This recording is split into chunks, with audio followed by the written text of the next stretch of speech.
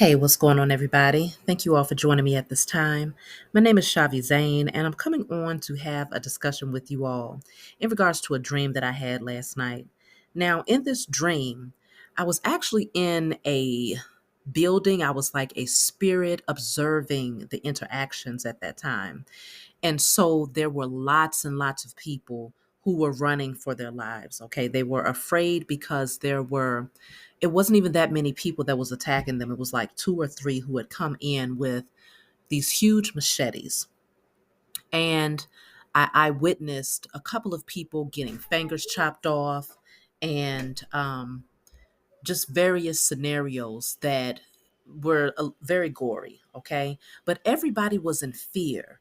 And as I ended up outside, somehow I ended up from being inside of this building to outside observing this man.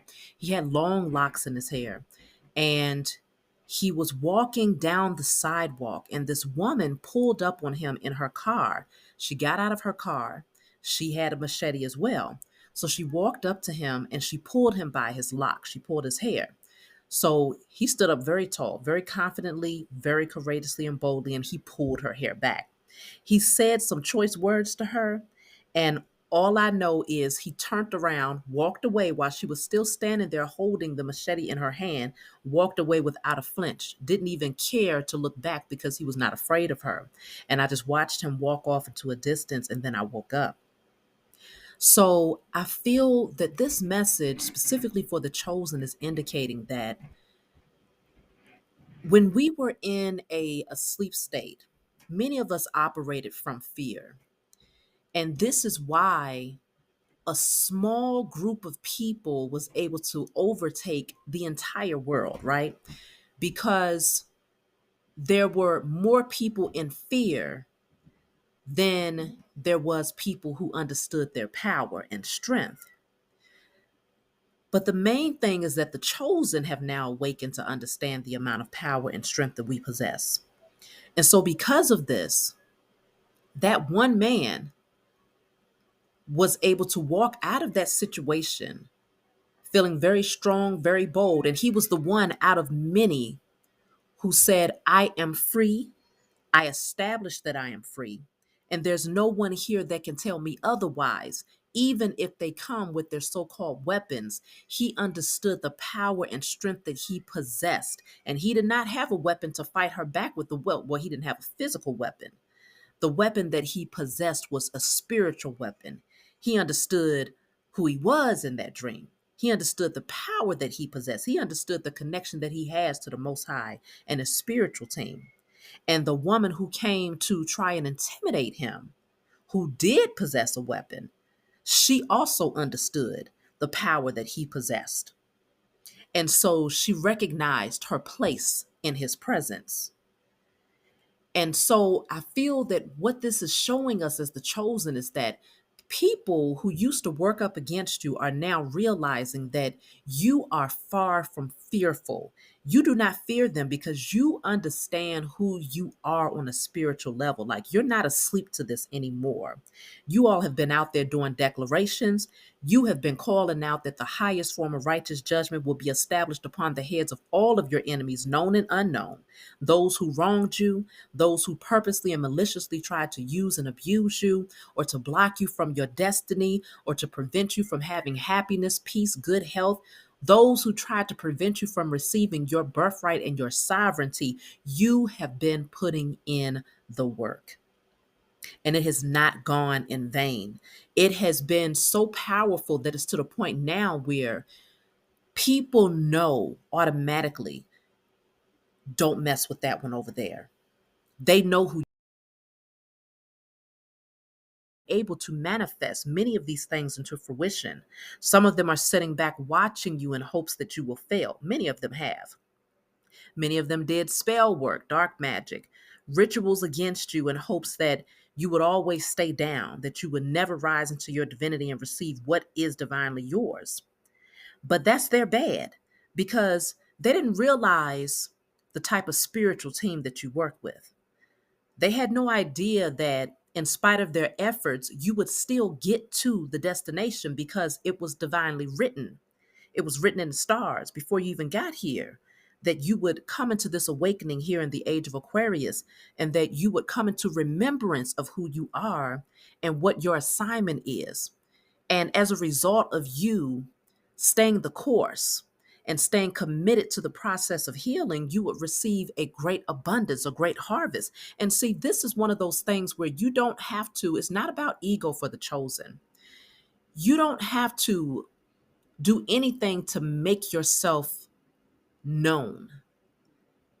Your enemies have been watching you, whether you know it or not, whether they're watching you through energetically, trying to pick up on your energy, having very low vibrational, so called high priestess monitor you, or there's people in your intimate circle who have been watching you, inquiring about you, asking a friend of a friend to see, are you still down? Or have you been able to make it out of the trenches and the ditches that they dug for you? And of course you have. And so this is very disappointing to your enemies because, again, this is not about your ego, but the Most High is going to ensure that everyone who worked up against you has to take a seat as you are rewarded and recognized for the work that you have put in.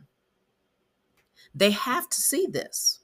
It's a part of their judgment because for your enemies, the worst thing, the greatest punishment for many of your enemies is to watch you rise into your divinity. That makes them sick to their stomach. It makes them lose sleep at night because they've spent most of their lives hoping, day in and day out, hoping that they could keep you down, hoping that they could block your love life, your finances, your health, your spiritual gifts. This has been a all-out dedication that they have committed themselves to for a very long time.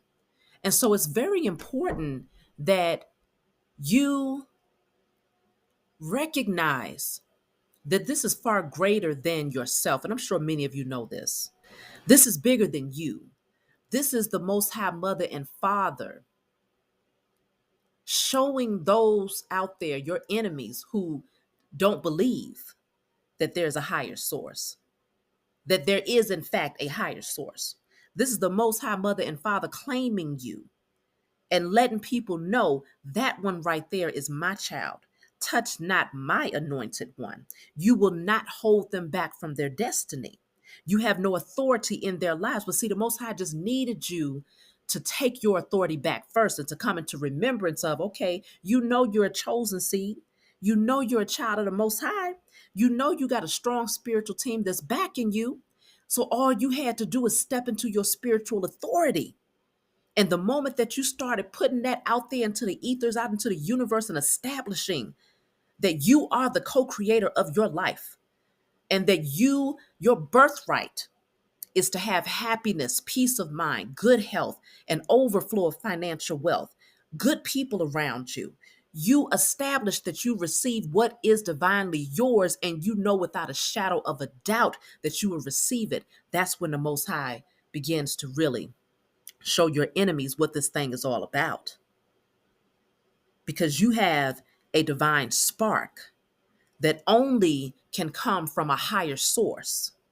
These low vibrational beings that was operating against you, maliciously trying to stop you, they have no connection. Their connection has been cut off by their ego, by their greed, by their carnal nature, by the jealousy and envy that's in their heart, by the bitterness that's in their hearts. And so while they've had ample opportunity to take a different path, to start doing some work and taking a look at themselves and recognizing like, okay, yes, let me clean myself up, and understanding that they was literally projecting their own insecurities off onto you because they felt like a failure, because they felt they had no control over their existence. They thought that what gave them power is having control over yours.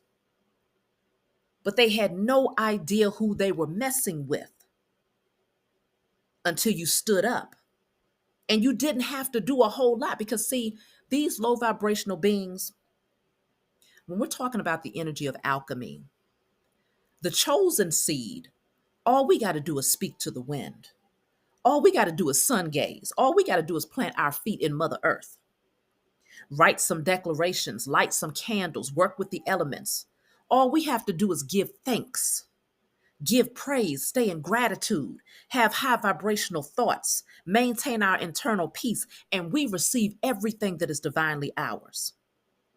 These people who operated from wickedness, they got to go and do human sacrifices in order to get things that they desire. They got to do animal sacrifices. They have to cause harm and pain for others. They got to conjure up demons.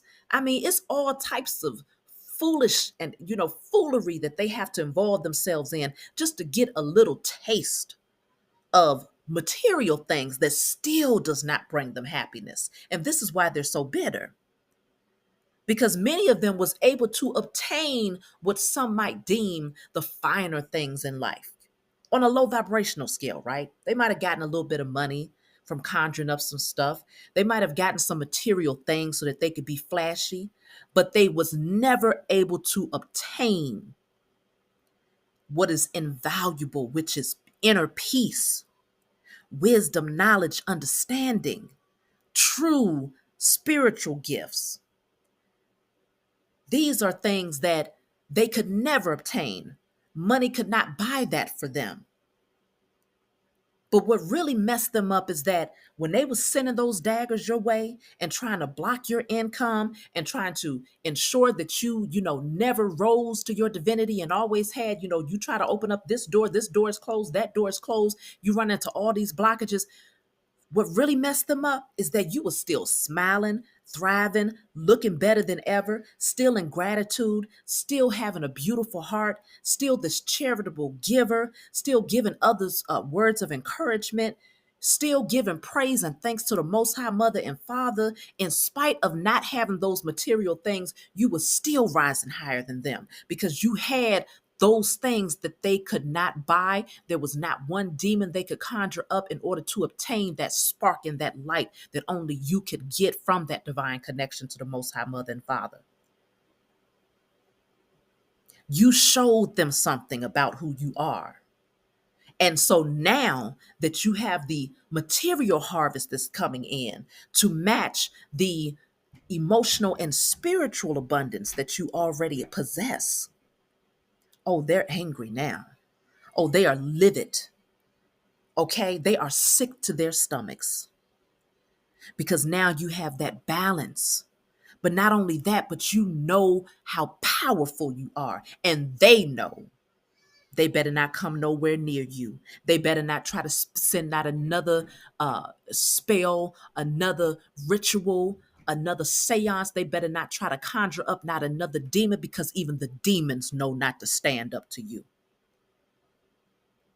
You have risen into your divinity, and the power that you possess is, it is the magnitude of that thing. They can't even come anywhere near touching it. They are peons in the spiritual realm.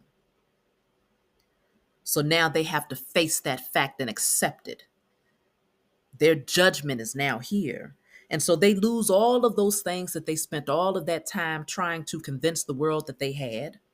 All of those material things are now flying out of their hands.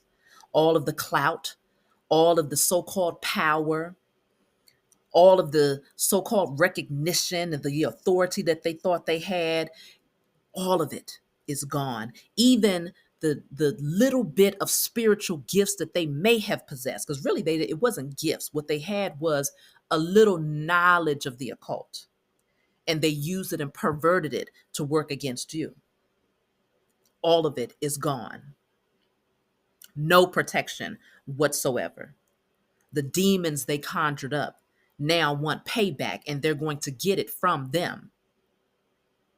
And we're going to be handling these demons too. It's time that we do some declarations to go ahead and clear them out too. But we're going to let them go ahead and feast on our enemies for now, because they have karma that must be rectified. We do not want to impede or interfere with their judgment. But we definitely anticipate that judgment time is here. The Most High is doing a new thing now. And so this is the time of making non-believers out of believers. And even if they don't want to believe, they have no choice but to believe because it's being shown right in front of their eyes. They are watching you rise up. You have no idea. Many of you who are chosen out there who have a divine assignment, you have no idea the types of things that was being done against you.